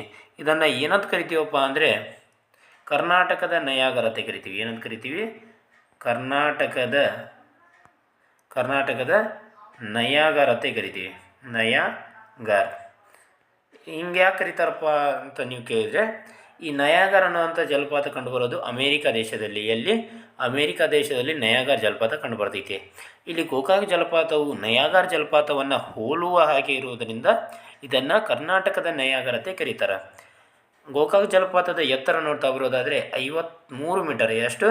53 ಮೀಟರ್ ಗೋಕಾಕ್ ಜಲಪಾತದ ಎತ್ತರ ಇದೆ. ನೆಕ್ಸ್ಟ್, ಘಟಪ್ರಭಾ ನದಿಗೆ ಅಡ್ಡಲಾಗಿ ಯಾವ ಅಣೆಕಟ್ಟನ್ನು ನಿರ್ಮಾಣ ಮಾಡಲಾಗಿದೆ ಅಂದರೆ ಹಿಡಕಲ್ ಜಲಾಶಯ. ಯಾವ ಜಲಾಶಯ? ಹಿಡಕಲ್ ಜಲಾಶಯ. ಇದಕ್ಕೆ ಇರುವಂಥ ಇನ್ನೊಂದು ಹೆಸರು ರಾಜ ಲಕ್ಕಣಗೌಡ ಜಲಾಶಯ ಅಂತ ಕೂಡ ಕರೀತಾರೆ. ಯಾವ ಜಲಾಶಯಕ್ಕೆ? ಹಿಡಕಲ್ ಜಲಾಶಯಕ್ಕೆ. ಈ ಹಿಡಕಲ್ ಜಲಾಶಯವನ್ನು ಯಾವ ನದಿಗೆ ಅಡ್ಡಲಾಗಿ ನಿರ್ಮಾಣ ಮಾಡಲಾಗಿದೆ? ಘಟಪ್ರಭಾ ನದಿಗೆ ಅಡ್ಡಲಾಗಿ ನಿರ್ಮಾಣ ಮಾಡಲಾಗಿದೆ. ನೋಡಿ ಫ್ರೆಂಡ್ಸ್, ಪ್ರತಿಯೊಂದು ಪಾಯಿಂಟ್ ಕೂಡ ಇಂಪಾರ್ಟೆಂಟ್. ಇಲ್ಲಿ ಪ್ರತಿಯೊಂದನ್ನು ಕೂಡ ನೋಟ್ ಮಾಡ್ಕೊಳ್ಳಿ, ಅಥವಾ ನೀವು ಅದನ್ನು ಕರೆಕ್ಟಾಗಿ ನೆನಪಿನಲ್ಲಿ ಇಟ್ಕೊಳ್ಳಿ. ಪ್ರತಿಯೊಂದು ಕೂಡ ಎಕ್ಸಾಮ್ನಲ್ಲಿ ಬಂದಿರುವಂಥ ಪಾಯಿಂಟ್ಸ್ಗಳನ್ನ ನಾನು ಜಾಸ್ತಿ ಫೋಕಸ್ ಮಾಡಿ ಹೇಳ್ತಾ ಇದ್ದೀನಿ. ಹೌದಾ? ನೆಕ್ಸ್ಟ್ ಏನಪ್ಪ ಅಂದರೆ ಉಪನದಿಗಳು. ಇಲ್ಲಿ ನೋಡಿ, ಉಪನದಿಗಳು ಬಗ್ಗೆ ಮೊನ್ನೆ ಯಾವ ಪೇಪರಪ್ಪ ಅಂದರೆ KPTCL ಪೇಪರ್ನಲ್ಲಿ ಕೇಳಲಾಗಿತ್ತು. ಅಂದರೆ KPTCL ಜೂನಿಯರ್ ಅಸಿಸ್ಟೆಂಟ್ ಏನು ಪೇಪರ್ ನಡೀತಲ್ಲ, ಆ ಪ್ರಶ್ನೆಯಲ್ಲಿ ಪ್ರಶ್ನೆ ಪತ್ರಿಕೆಯಲ್ಲಿ ಘಟಪ್ರಭಾ ನದಿಯ ಉಪನದಿಗಳನ್ನು ನೀಡಲಾಗಿತ್ತು. ಈ ನದಿಗಳು ಯಾವ ನದಿಯ ಉಪನದಿ ಅಂತೇಳಿ ಪ್ರಶ್ನೆ ಕೇಳಲಾಗಿತ್ತು. ಅದಕ್ಕೆ ಸರಿಯಾದ ಉತ್ತರ ಘಟಪ್ರಭಾ. ಯಾವ ನದಿಗಳನ್ನು ನೀಡಲಾಗಿತ್ತಪ್ಪ ಅಂದರೆ ಮಾರ್ಕಂಡೇಯ ನದಿ ಮತ್ತು ಹಿರಣ್ಯಕೇಶಿ, ಈ ಎರಡು ನದಿಗಳನ್ನು ನೀಡಿ ಇವೆರಡೂ ನದಿ ಯಾವ ನದಿಯ ಉಪನದಿ ಅಂತ ನೀಡಲಾಗಿತ್ತು. ಇದಕ್ಕೆ ಸರಿಯಾದ ಉತ್ತರ ಏನಾಗುತ್ತೆ? ಘಟಪ್ರಭಾ ನದಿ. ನೆಕ್ಸ್ಟ್, ಮಲಪ್ರಭಾ ನದಿ. ಮಲಪ್ರಭಾ ನದಿ ಎಲ್ಲಿ ಜನ್ಮ ತಾದಿತ್ತಪ್ಪ ಅಂದರೆ ಬೆಳಗಾವಿ ಜಿಲ್ಲೆಯ ಖಾನಾಪುರ ತಾಲೂಕಿನ ಕನಕುಂಬಿ. ನೋಡಿ ಫ್ರೆಂಡ್ಸ್, ನಮ್ಮ ಕರ್ನಾಟಕದಲ್ಲಿ ಬೆಳಗಾವಿ ಜಿಲ್ಲೆಯ ಖಾನಾಪುರ ತಾಲೂಕಿನಲ್ಲಿ ಕನಕುಂಬಿ ಎಂಬ ಸ್ಥಳ ಬರ್ತೈತಿ. ಅಲ್ಲಿ ಮಲಪ್ರಭಾ ನದಿ ಜನ್ಮ ತಾತೈತಿ. ಈ ನದಿಯ ಒಂದು ವಿಶೇಷತೆ ಏನಪ್ಪ ಅಂದರೆ ಕರ್ನಾಟಕದಲ್ಲೇ ಹುಟ್ಟಿ ಕರ್ನಾಟಕದಲ್ಲೇ ಅಂತ್ಯಗೊಳ್ಳುವ ಕೃಷ್ಣಾ ನದಿಯ ಏಕೈಕ ಉಪನದಿ ಯಾವುದು ಅಂತ ಪ್ರಶ್ನೆ ಏನಾದರೂ ಕೇಳಿದರೆ ನೀವೇನಂತ ಆನ್ಸರ್ ಮಾಡಬೇಕು? ಮಲಪ್ರಭಾ ನದಿ ಅಂತ ಆನ್ಸರ್ ಮಾಡಬೇಕು. ಈ ನದಿಗೆ ಅಡ್ಡಲಾಗಿ ಬೆಳಗಾವಿ ಜಿಲ್ಲೆಯ ಸವದತ್ತಿ ತಾಲೂಕಿನ ಮಳವಳ್ಳಿ ಎಂಬಲ್ಲಿ ನವಿಲು ತೀರ್ಥ ಅಥವಾ ರೇಣುಕಾ ಜಲಾಶಯವನ್ನು ನಿರ್ಮಾಣ ಮಾಡಲಾಗಿದೆ. ಎಲ್ಲಿ? ಬೆಳಗಾವಿ ಜಿಲ್ಲೆಯ ಸವದತ್ತಿ ತಾಲೂಕಿನ ಮಳವಳ್ಳಿ ಎಂಬಲ್ಲಿ ನವಿಲು ತೀರ್ಥ ಅಥವಾ ರೇಣುಕಾ ಜಲಾಶಯ ಯಾವ ನದಿಗೆ ಅಡ್ಡಲಾಗಿ? ಮಲಪ್ರಭಾ ನದಿಗೆ ಅಡ್ಡಲಾಗಿ ನಿರ್ಮಾಣ ಮಾಡಲಾಗಿದೆ. ಮಲಪ್ರಭಾ ನದಿಯ ಒಟ್ಟು ಉದ್ದ ನೋಡ್ತಾ ಬರೋದಾದರೆ 304 ಕಿಲೋಮೀಟರ್. ಎಷ್ಟು ಕಿಲೋಮೀಟರ್? 304 ಕಿಲೋಮೀಟರ್. ನೆಕ್ಸ್ಟ್, ಕೃಷ್ಣಾ ನದಿಯ ಅತಿ ದೊಡ್ಡ ಉಪನದಿಯಾದಂಥ ತುಂಗಭದ್ರಾ ನದಿಯ ಬಗ್ಗೆ ನೋಡ್ತಾ ಬರೋಣ. ತುಂಗಭದ್ರಾ ನದಿಯು ತುಂಗ ಮತ್ತು ಭದ್ರಾ ಎಂಬ ಎರಡು ನದಿಗಳು ಶಿವಮೊಗ್ಗ ಜಿಲ್ಲೆಯ ಕೂಡಲಿ ಎಂಬಲ್ಲಿ ಏನಾಗ್ತವೆ? ಕೂಡ್ಕೋತಾವೆ. ಒಂದಾಗಿ ತುಂಗಭದ್ರಾ ನದಿಯಾಗಿ ಮುಂದೆ ಹರಿತೈತಿ. ನೋಡಿ ಫ್ರೆಂಡ್ಸ್, ತುಂಗಭದ್ರಾ ನದಿ ಎರಡು ನದಿಗಳ ಕವಲುಗಳಾಗಿ ಫಸ್ಟ್ ಹುಟ್ಟತೈತಿ. ಎಲ್ಲಪ್ಪ ಅಂದರೆ ಚಿಕ್ಕಮಗಳೂರು ಜಿಲ್ಲೆಯಲ್ಲಿ. ಎಲ್ಲಿ? ಚಿಕ್ಕಮಗಳೂರು ಜಿಲ್ಲೆಯಲ್ಲಿ. ಮುಂದೆ ಏನಾಗ್ತೈತೆ? ಅದು ಶಿವಮೊಗ್ಗ ಜಿಲ್ಲೆಯ ಕೂಡಲಿ ಎಂಬಲ್ಲಿ ಕೂಡ್ಕೊಂಡು ತುಂಗಭದ್ರಾ ನದಿಯಾಗಿ ಮುಂದೆ ಹರಿತೈತಿ. ಇದು ಕರ್ನಾಟಕ ರಾಜ್ಯದಲ್ಲಿ ಈಶಾನ್ಯಾಭಿಮುಖವಾಗಿ ಹರಿಯುವಂಥ ಒಂದು ನದಿ. ನೋಡಿ, ಕರ್ನಾಟಕ ರಾಜ್ಯದಲ್ಲಿ ಈಶಾನ್ಯಾಭಿಮುಖವಾಗಿ ಹರಿಯುವಂಥ ನದಿ ಯಾವುದಂತ ಪ್ರಶ್ನೆ ಕೇಳಿದರೆ ಏನಂತ ಆನ್ಸರ್ ಮಾಡಬೇಕು? ತುಂಗಭದ್ರಾ ನದಿ ಅಂತ ಆನ್ಸರ್ ಮಾಡಬೇಕು. ತುಂಗಭದ್ರಾ ನದಿ ಏನು ಮಾಡ್ತೈತಪ್ಪ ಅಂದರೆ ದಕ್ಷಿಣ ಕರ್ನಾಟಕ ಮತ್ತು ಉತ್ತರ ಕರ್ನಾಟಕ ಎಂದು ಕರ್ನಾಟಕವನ್ನು ಏನು ಮಾಡ್ತೈತಿ? ಇಬ್ಬಾಗ ಮಾಡ್ತೈತಿ. ಕರ್ನಾಟಕದಲ್ಲಿ ಅತಿ ಹೆಚ್ಚು ಒಳನಾಡು ಜಲ ಸಾರಿಗೆಯನ್ನು ಹೊಂದಿರುವಂಥ ನದಿ ಯಾವುದಂತ ಪ್ರಶ್ನೆ ಕೇಳಿದರೆ ಇವು ಏನಂತ ಆನ್ಸರ್ ಮಾಡಬೇಕು? ತುಂಗಭದ್ರಾ ನದಿ. ನೋಡಿ ಫ್ರೆಂಡ್ಸ್, ರಾಜ್ಯದಲ್ಲಿ ಅತಿ ಹೆಚ್ಚು ಒಳನಾಡು ಜಲ ಸಾರಿಗೆಯನ್ನು ಹೊಂದಿರುವಂಥ ನದಿ ತುಂಗಾ ನದಿ. ಈಶಾನ್ಯಾಭಿಮುಖವಾಗಿ ಹರಿಯುವಂಥ ನದಿ ತುಂಗಭದ್ರಾ ನದಿ. ಹೌದಾ? ಒಳನಾಡು ಜಲ ಸಾರಿಗೆ ಅತಿ ಹೆಚ್ಚು ಹೊಂದಿರೋದು ಕೂಡ ತುಂಗಭದ್ರಾ ನದಿ. ಕರ್ನಾಟಕದ ಅತಿ ದೊಡ್ಡ ಕೃಷ್ಣಾ ನದಿಯ ಉಪನದಿ ತುಂಗಭದ್ರಾ ನದಿ. ಕರ್ನಾಟಕವನ್ನು ದಕ್ಷಿಣ ಕರ್ನಾಟಕ ಮತ್ತು ಉತ್ತರ ಕರ್ನಾಟಕ ಎಂದು ವಿಭಾಗಿಸುವ ನದಿ ತುಂಗಭದ್ರಾ ನದಿ. ಹಂಪಿ ನಗರವು ಯಾವ ನದಿಯ ದಡದಲ್ಲಿದೆ ಅಂತ ಪ್ರಶ್ನೆ ಕೇಳಿದರೆ ಅದಕ್ಕೂ ಕೂಡ ಆನ್ಸರ್ ತುಂಗಭದ್ರಾ ನದಿ. ಯಾವ ನದಿ? ತುಂಗಭದ್ರಾ ನದಿ. ನೆಕ್ಸ್ಟ್, ತುಂಗಭದ್ರಾ ನದಿ ಮತ್ತು ಕೃಷ್ಣಾ ನದಿಗಳು ಇವೆರಡು ನದಿಗಳು ಒಂದು ಏನು ಮಾಡಪ್ಪ ಅಂದರೆ ದೊಡ್ಡ ಕರ್ನಾಟಕದ ಅತಿ ದೊಡ್ಡ ದೋಆಬ್ ಪ್ರದೇಶವನ್ನು ನಿರ್ಮಾಣ ಮಾಡ್ಯಾವ. ಯಾವ ಪ್ರದೇಶ? ದೋಆಬ್. ಅದೇ ಯಾವುದಪ್ಪ ಅಂದರೆ ರಾಯಚೂರು ದೋಆಬ್. ಯಾವ ದೋಆಬ್? ರಾಯಚೂರು ದೋಆಬ್. ರಾಯಚೂರು ದೋಆಬ್ ಯಾವ ನದಿ, ಎರಡು ನದಿಗಳಿಂದ ನಿರ್ಮಾಣಗೊಂಡಿದೆ ಅಂತ ಪ್ರಶ್ನೆ ಕೇಳಿದರೆ ಕೃಷ್ಣ ಮತ್ತು ತುಂಗಭದ್ರಾ ನದಿಯಿಂದ ನಿರ್ಮಾಣಗೊಂಡಿದೆ. ವಿಜಯನಗರ ಜಿಲ್ಲೆಯ ಮಲ್ಲಾಪುರ ಬಳಿ ನೋಡಿ, ವಿಜಯನಗರ ಜಿಲ್ಲೆ ಅಂದರೆ ಮೊದಲು ಬಳ್ಳಾರಿ ಜಿಲ್ಲೆಯಲ್ಲಿ ಒಳಗಿತ್ತು. ಯಾವುದು? ವಿಜಯನಗರ ಜಿಲ್ಲೆ ಅಂದರೆ ಹೊಸಪೇಟೆಯಲ್ಲಿತ್ತು, ಮೊದಲು ಬಳ್ಳಾರಿ ಜಿಲ್ಲೆಯಲ್ಲಿತ್ತು. ಇತ್ತೀಚೆಗೆ 31ನೇ ಜಿಲ್ಲೆಯಾಗಿ ವಿಜಯನಗರ ಜಿಲ್ಲೆಯನ್ನು ಬಳ್ಳಾರಿ ಜಿಲ್ಲೆಯಿಂದ ಏನು ಮಾಡಲಾಗಿದೆ? ಇಬ್ಬಾಗ ಮಾಡಲಾಗಿದೆ. ಆ ವಿಜಯನಗರ ಜಿಲ್ಲೆಯ ಹೊಸಪೇಟೆ ಬಳಿ ಮಲ್ಲಾಪುರ ಎಂಬಲ್ಲಿ ಏನು ಮಾಡಲಾಗಿದೆ? ತುಂಗಭದ್ರಾ ನದಿಗೆ ಅಡ್ಡಲಾಗಿ ಪಂಪಸಾಗರ ಅಣೆಕಟ್ಟನ್ನು ನಿರ್ಮಾಣ ಮಾಡಲಾಗಿದೆ. ಯಾವ ಅಣೆಕಟ್ಟು? ಪಂಪಸಾಗರ ಅಣೆಕಟ್ಟು. ಈ ಪಂಪಸಾಗರ ಅಣೆಕಟ್ಟನ್ನು ಯಾವ ರಾಜ್ಯಗಳು ಕೂಡಿ ಜಂಟಿಯಾಗಿ ನಿರ್ಮಾಣ ಮಾಡ್ಯಾವಪ್ಪ ಅಂದರೆ ಆಂಧ್ರ ಪ್ರದೇಶ ಮತ್ತು ಕರ್ನಾಟಕ, ಈ ಎರಡು ರಾಜ್ಯಗಳು ಸೇರಿ ಜಂಟಿಯಾಗಿ ಪಂಪಸಾಗರ ಅಣೆಕಟ್ಟನ್ನು ನಿರ್ಮಾಣ ಮಾಡಲಾಗಿದೆ. ನೆಕ್ಸ್ಟ್, ಪುರಾಣಗಳಲ್ಲಿ ತುಂಗಭದ್ರಾ ನದಿಯನ್ನು ಏನಂತ ಕರಿತಾ ಇದ್ರಪ್ಪ ಅಂದರೆ ಪಂಪಾ ನದಿಯಂತೆ ಕರಿತಾ ಇದ್ರು. ಏನಂತ ಕರಿತಾ ಇದ್ರು? ಪಂಪಾ ನದಿ. ತುಂಗಭದ್ರಾ ನದಿಯ ಉಪನದಿಗಳನ್ನು ನೋಡ್ತಾ ಬರೋದಾದರೆ ಮೊದಲನೇದು ವರದಾ ನದಿ, ಇನ್ನೊಂದು ವೇದಾವತಿ ನದಿ. ವೇದಾವತಿ ನದಿಯ ಒಂದು ಪ್ರಮುಖವಾದಂಥ ಪ್ರಶ್ನೆಯನ್ನು ಕೇಳ್ತಾರೆ. ಏನಪ್ಪ ಅಂದರೆ ಕರ್ನಾಟಕದಲ್ಲಿ ಮೊಟ್ಟ ಮೊದಲಿಗೆ ನಿರ್ಮಾಣ ಮಾಡಲಾದಂಥ ಒಂದು ಜಲಾಶಯ ಯಾವುದಂತ ಕೇಳಿದರೆ ವಾಣಿ ವಿಲಾಸ ಸಾಗರ ಅಣೆಕಟ್ಟು ಅಂತ ಹೇಳಬೇಕು. ವಾಣಿ ವಿಲಾಸ ಸಾಗರ ಅಣೆಕಟ್ಟನ್ನು ಯಾವಾಗ ನಿರ್ಮಾಣ ಮಾಡಲಾಯಿತು? 1907ರಲ್ಲಿ ನಿರ್ಮಾಣ ಮಾಡಲಾಯಿತು. ಎಷ್ಟರಲ್ಲಿ? 1907ರಲ್ಲಿ. ಯಾವ ನದಿಗೆ ಅಡ್ಡಲಾಗಿಯಪ್ಪ ಅಂದರೆ ವೇದಾವತಿ ನದಿಗೆ ಅಡ್ಡಲಾಗಿ ನಿರ್ಮಾಣ ಮಾಡಲಾಯಿತು. ಈ ವಾಣಿ ವಿಲಾಸ ಸಾಗರ ಅಥವಾ ಮಾರಿಕಣಿವೆ ಜಲಾಶಯ ಎಲ್ಲಿ ಕಂಡುಬರ್ತೈತಪ್ಪ ಅಂದರೆ ಚಿತ್ರದುರ್ಗ ಜಿಲ್ಲೆಯ ಹಿರಿಯೂರು ತಾಲೂಕಿನ ಮಾರಿಕಣಿವೆ ಎಂಬಲ್ಲಿ ಕಂಡುಬರ್ತೈತಿ. ಎಲ್ಲಿ? ಚಿತ್ರದುರ್ಗ ಜಿಲ್ಲೆಯ ಹಿರಿಯೂರು ತಾಲೂಕಿನ ಮಾರಿಕಣಿವೆ. ಹೌದಾ? ಇದನ್ನು ಯಾವಾಗ ನಿರ್ಮಾಣ ಮಾಡಲಾಯಿತು? 1907ರಲ್ಲಿ. ಈ ಕಣಿವೆ ಅಥವಾ ವಾಣಿ ವಿಲಾಸ ಸಾಗರದ ಒಂದು ವಿಶೇಷತೆ ಇದೆ.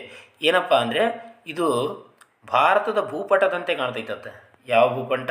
ಭಾರತದ ಭೂಪಟದಂತೆ ಕಾಣುವಂಥ ಒಂದು ಜಲಾಶಯ ಅಥವಾ ಅಣೆಕಟ್ಟು ಯಾವುದಪ್ಪ ಅಂದರೆ ಮಾರಿಕಣಿವೆ ಅಥವಾ ವಾಣಿ ವಿಲಾಸ ಸಾಗರ ಅಣೆಕಟ್ಟು. ನೆಕ್ಸ್ಟ್, ಕೃಷ್ಣಾ ನದಿ ನೀರಿನ ವಿವಾದ. ನೋಡಿ ಫ್ರೆಂಡ್ಸ್, ಕೃಷ್ಣಾ ನದಿ ನೀರಿನ ವಿವಾದ ಎಷ್ಟು ರಾಜ್ಯಗಳೊಂದಿಗೆ ಇದೆಪ್ಪ ಅಂದರೆ ಮಹಾರಾಷ್ಟ್ರ, ಕರ್ನಾಟಕ ಮತ್ತು ಆಂಧ್ರ ಪ್ರದೇಶ, ಈ ಮೂರು ರಾಜ್ಯಗಳೊಂದಿಗೆ ಕೃಷ್ಣಾ ನದಿಯ ವಿವಾದ ಇದೆ. ನೆಕ್ಸ್ಟ್, ಕೃಷ್ಣಾ ನದಿ ನೀರಿನಿಗೋಸ್ಕರ ಒಂದು ಆಯೋಗವನ್ನು ನೇಮಕ ಮಾಡಲಾಯಿತು. ಯಾವುದು? ಬಚಾವತ್ ಆಯೋಗ ಅಂತೇಳಿ. ಯಾವ ಆಯೋಗ? ಬಚಾವತ್ ಆಯೋಗನ 1969ರಲ್ಲಿ ಫಾರ್ಮ್ ಮಾಡಲಾಗಿತ್ತು. ಹೌದಾ? ನೆಕ್ಸ್ಟ್, ಇನ್ನೊಂದು ಆಯೋಗ ಬರ್ತೈತಿ, ಬ್ರಿಜೇಶ್ ಕುಮಾರ್ ಆಯೋಗ. ಪ್ರಸ್ತುತ ಬ್ರಿಜೇಶ್ ಕುಮಾರ್ ಆಯೋಗವನ್ನು ಫಾಲೋ ಮಾಡ್ತಾರೆ. ಬ್ರಿಜೇಶ್ ಕುಮಾರ್ ಆಯೋಗ ಏನು ಹೇಳ್ತೈತಿ? 2003ರಲ್ಲಿ ಇದು ಫಾರ್ಮ್ ಆಗುತ್ತೆ. ಇದು ಏನು ಹೇಳ್ತೈತಪ್ಪ ಅಂದರೆ ಆಂಧ್ರ ಪ್ರದೇಶಕ್ಕೆ 1001 TMC ನೀರನ್ನು ಬಿಡಬೇಕು ಅಂತ ಹೇಳ್ತೈತಿ. ನೆಕ್ಸ್ಟ್, ಕರ್ನಾಟಕಕ್ಕೆ 911 TMC ನೀರನ್ನು ಯೂಸ್ ಮಾಡ್ಕೊಳ್ಳೋಕೆ ಹೇಳುತ್ತೆ. ಮಹಾರಾಷ್ಟ್ರಕ್ಕೆ 666 TMC ನೀರು. ನೆಕ್ಸ್ಟ್, ಪರಿಸರ ಸಂರಕ್ಷಣೆಗಾಗಿ 40ರಿಂದ 50 TMC ನೀರನ್ನು ಬಳಸಬೇಕಂತೇಳಿ ಹೇಳ್ತೈತಿ. ಯಾವ ಆಯೋಗ? ಬ್ರಿಜೇಶ್ ಕುಮಾರ್ ಆಯೋಗ. ಬ್ರಿಜೇಶ್ ಕುಮಾರ್ ಆಯೋಗ ಸಂಬಂಧಪಟ್ಟಿರೋದು ಕೃಷ್ಣಾ ನದಿ ನೀರಿನ ವಿವಾದಕ್ಕೆ. ಬಚಾವತ್ ಆಯೋಗ ಸಂಬಂಧಪಟ್ಟಿರೋದು ಕೃಷ್ಣಾ ನದಿ ನೀರಿನ ವಿವಾದಕ್ಕೆ. ಇವೆರಡು ನೆನಪಿರಲಿ, ಪ್ರಶ್ನೆಗಳನ್ನು ಕೇಳುವಂಥ ಸಾಧ್ಯತೆ ಹೆಚ್ಚಿದೆ. ನೆಕ್ಸ್ಟ್, ಗೋದಾವರಿ ನದಿ. ಗೋದಾವರಿ ನದಿ, ಈ ನದಿಯ ಉದ್ದ 1465 ಕಿಲೋಮೀಟರ್. ಟೋಟಲಿ ಎಷ್ಟು? 1465 ಕಿಲೋಮೀಟರ್. ಕರ್ನಾಟಕದಲ್ಲಿ 155 ಕಿಲೋಮೀಟರ್ ಈ ನದಿ ಹರಿತೈತಿ. ಗೋದಾವರಿ ನದಿಯ ಉಪನದಿ ಯಾವುದಪ್ಪ ಅಂದರೆ ಮಾಂಜ್ರಾ ನದಿ. ಯಾವ ನದಿ?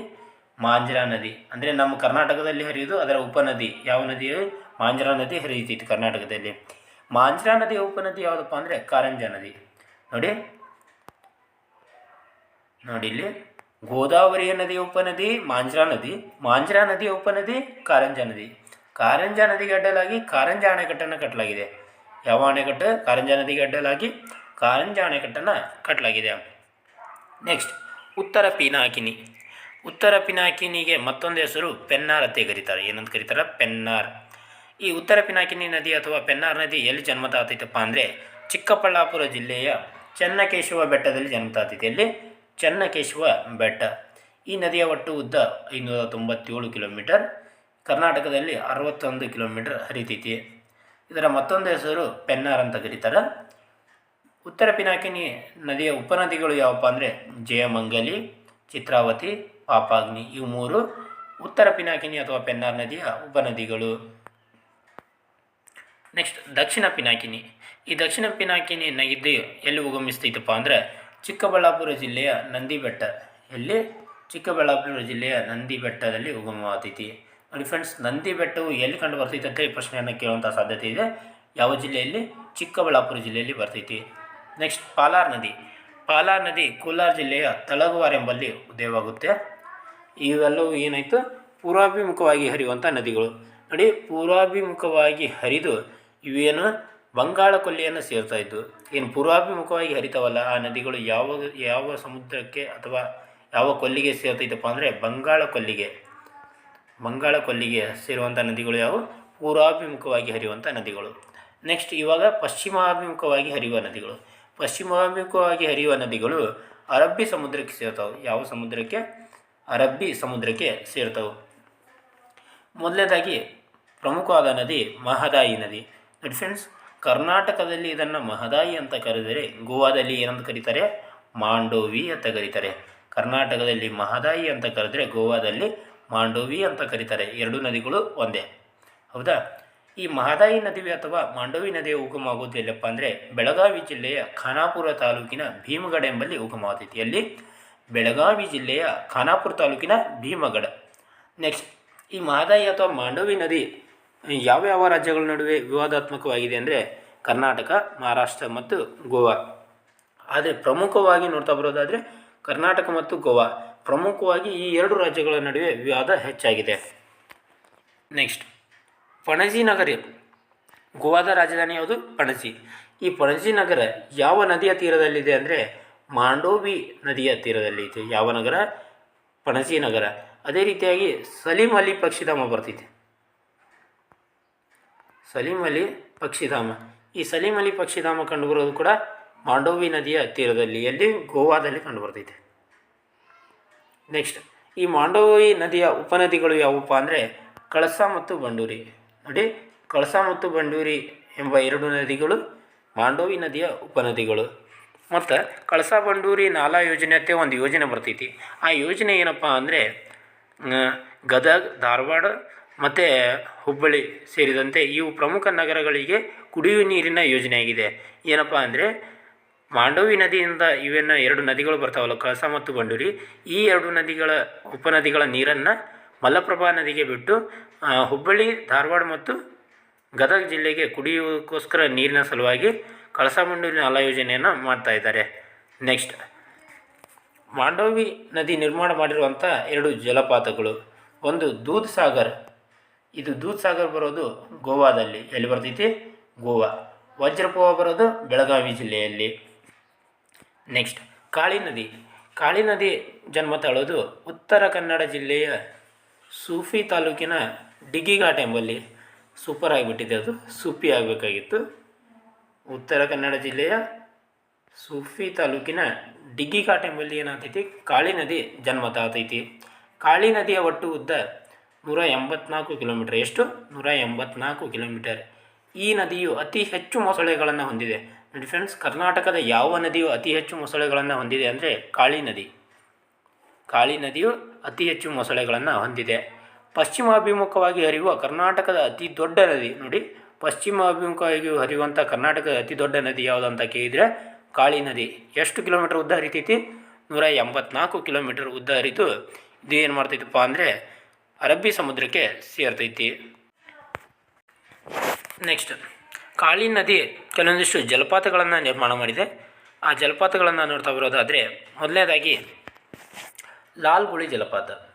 ಲಾಲ್ಗುಳಿ ಜಲಪಾತವನ್ನು ಕಾಳಿ ನದಿ ನಿರ್ಮಾಣ ಮಾಡಿದೆ. ನೆಕ್ಸ್ಟ್ ಸಾತೋಡ್ ಜಲಪಾತ. ಇವೆರಡು ಜಲಪಾತ ಕಂಡುಬರೋದು ಯಾವ ಜಿಲ್ಲೆಯಲ್ಲಪ್ಪ ಅಂದರೆ ಯು ಕೆ ಅಂದರೆ ಯುನೈಟೆಡ್ ಕಿಂಗ್ಡಮ್ ಅನ್ಕೋಬೇಡಿ, ಉತ್ತರ ಕನ್ನಡ ಜಿಲ್ಲೆಯಲ್ಲಿ. ಯಾವ ಜಿಲ್ಲೆಯಲ್ಲಿ? ಉತ್ತರ ಕನ್ನಡ ಜಿಲ್ಲೆಯಲ್ಲಿ ಇವೆರಡು ಜಲಪಾತಗಳು ಕಂಡುಬರ್ತವೆ. ನೆಕ್ಸ್ಟ್ ಈ ನದಿಗೆ ಅಡ್ಡಲಾಗಿ ಒಂದು ಅಣೆಕಟ್ಟನ್ನು ನಿರ್ಮಾಣ ಮಾಡಲಾಗಿದೆ. ಯಾವ ಅಣೆಕಟ್ಟು? ಸುಫಾ ಅಣೆಕಟ್ಟು. ಸುಫಾ ಅಣೆಕಟ್ಟಿನ ವಿಶೇಷತೆ ನೋಡ್ತಾ ಬರೋದಾದರೆ ಕರ್ನಾಟಕದ ಅತಿ ಎತ್ತರದ ಅಣೆಕಟ್ಟು. ನೋಡಿ, ಕರ್ನಾಟಕದ ಅತಿ ಎತ್ತರದ ಅಣೆಕಟ್ಟು ಯಾವುದು? ಸುಫಾ ಅಣೆಕಟ್ಟು. ಎಷ್ಟು? 101 ಮೀಟರ್ ಎತ್ತರ.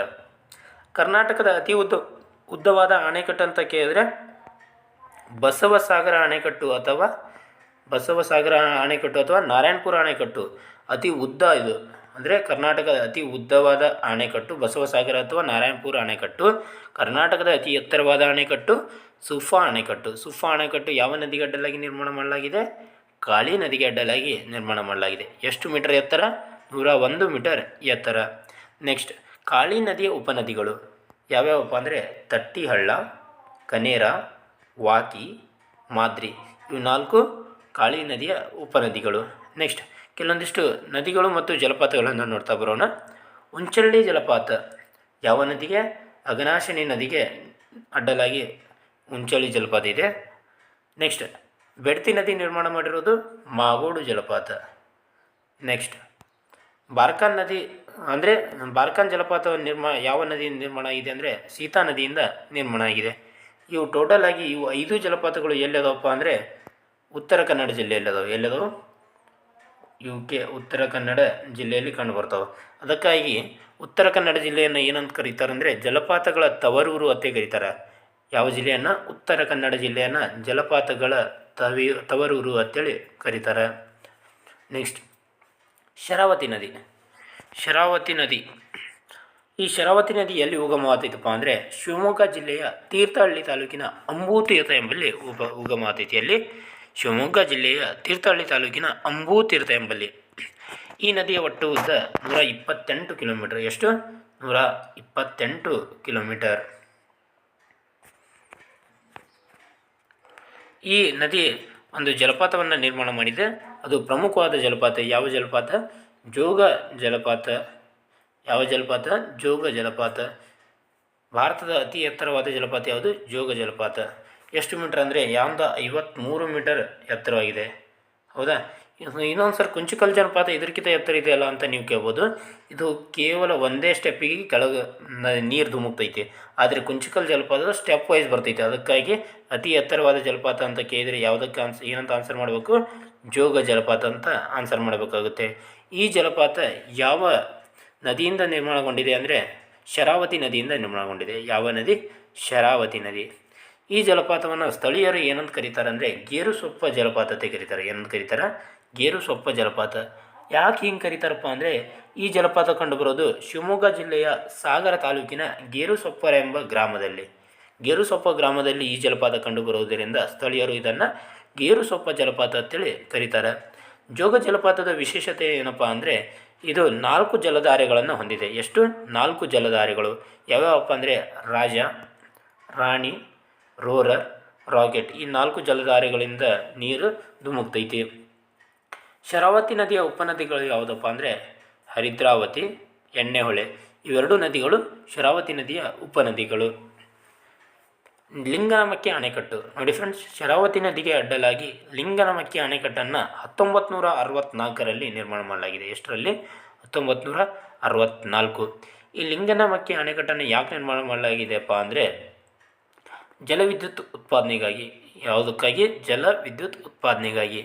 ಈ ಲಿಂಗನಮಕ್ಕಿ ಅಣೆಕಟ್ಟು ಕಂಡುಬರೋದು ಎಲ್ಲಪ್ಪ ಅಂದರೆ ಶಿವಮೊಗ್ಗ ಜಿಲ್ಲೆಯ ಸಾಗರ ತಾಲೂಕಿನ ಲಿಂಗನಮಕ್ಕಿ ಎಂಬ ಗ್ರಾಮದಲ್ಲಿ ಈ ಅಣೆಕಟ್ಟು ಕಂಡುಬರ್ತೈತಿ. ರಾಜ್ಯದಲ್ಲಿ ಅತಿ ಹೆಚ್ಚು ನೀರಿನ ಸಂಗ್ರಹಣಾ ಸಾಮರ್ಥ್ಯ ಹೊಂದಿರುವಂಥ ಜಲಾಶಯ ಯಾವುದು? ಈ ಲಿಂಗನಮಕ್ಕಿ ಜಲಾಶಯ. ಇಲ್ಲಿ ಮಹಾತ್ಮ ಗಾಂಧಿ ಜಲವಿದ್ಯುತ್ ಯೋಜನೆ ಇದೆ ನೋಡಿ ಫ್ರೆಂಡ್ಸ್. ಮಹಾತ್ಮ ಗಾಂಧಿ ಜಲವಿದ್ಯುತ್ ಯೋಜನೆ ಎಲ್ಲಿದೆ ಅಂದರೆ ಲಿಂಗನಮಕ್ಕಿ ಅಣೆಕಟ್ಟಿನ ಹತ್ತಿರ, ಅಂದರೆ ಲಿಂಗನಮಕ್ಕಿ ಜಲಾಶಯದಲ್ಲಿ ಮಹಾತ್ಮ ಗಾಂಧಿ ಜಲವಿದ್ಯುತ್ ಯೋಜನೆ ಇದೆ. ಇದು ರಾಜ್ಯದಲ್ಲಿ ಗರಿಷ್ಠ ಜಲವಿದ್ಯುತ್ ಉತ್ಪಾದನೆ ಮಾಡುವಂಥ ಘಟಕ. ನೋಡಿ, ರಾಜ್ಯದಲ್ಲಿ ಅತಿ ಹೆಚ್ಚು ಜಲವಿದ್ಯುತ್ ಉತ್ಪಾದನೆ ಮಾಡುವ ಘಟಕ ಯಾವುದಂತ ಪ್ರಶ್ನೆ ಕೇಳಿದರೆ ನೀವೇನಂತ ಆನ್ಸರ್ ಮಾಡಬೇಕು?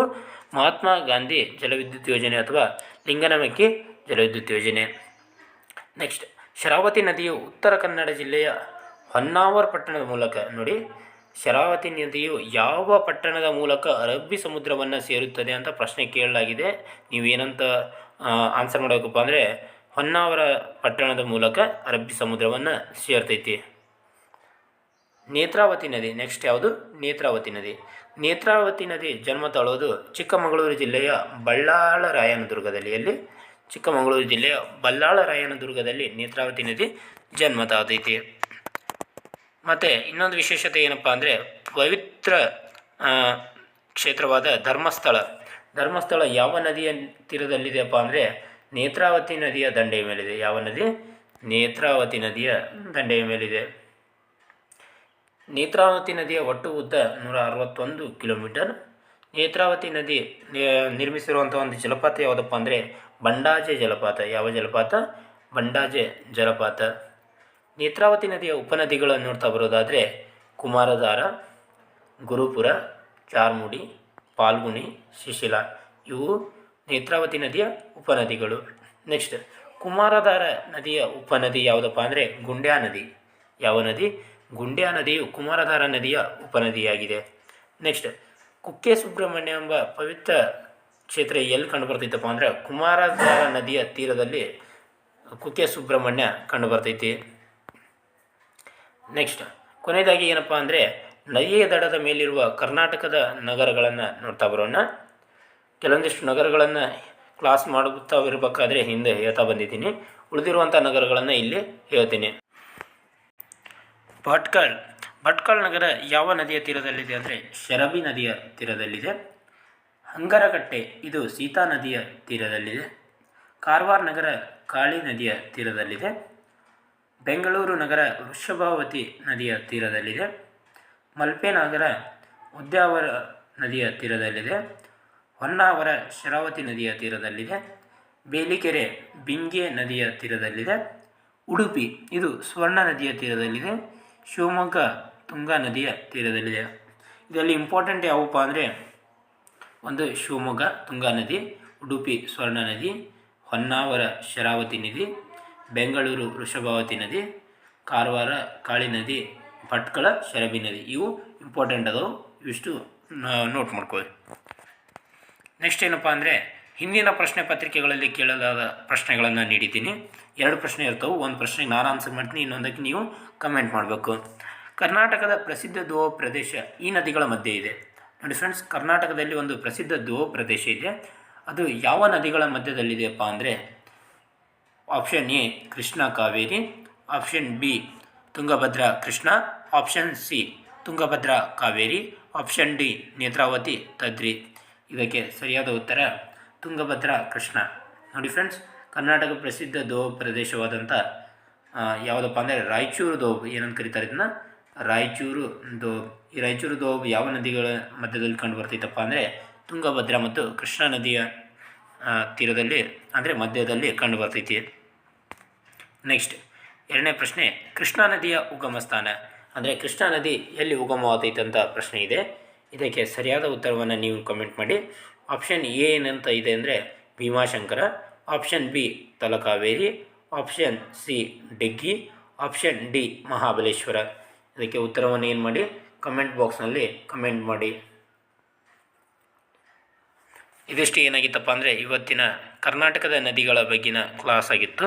ಇದೇ ರೀತಿಯಾಗಿ ಇನ್ನಿತರ ತರಗತಿಗಳಿಗಾಗಿ ನಮ್ಮ ಚಾನಲನ್ನು ಸಬ್ಸ್ಕ್ರೈಬ್ ಮಾಡಿಕೊಳ್ಳಿ. ಹಾಗೆ ಈ ವಿಡಿಯೋನ ನಿಮ್ಮ ಫ್ರೆಂಡ್ಸ್ಗಳಿಗೂ ಕೂಡ ಶೇರ್ ಮಾಡಿ. ಧನ್ಯವಾದಗಳು.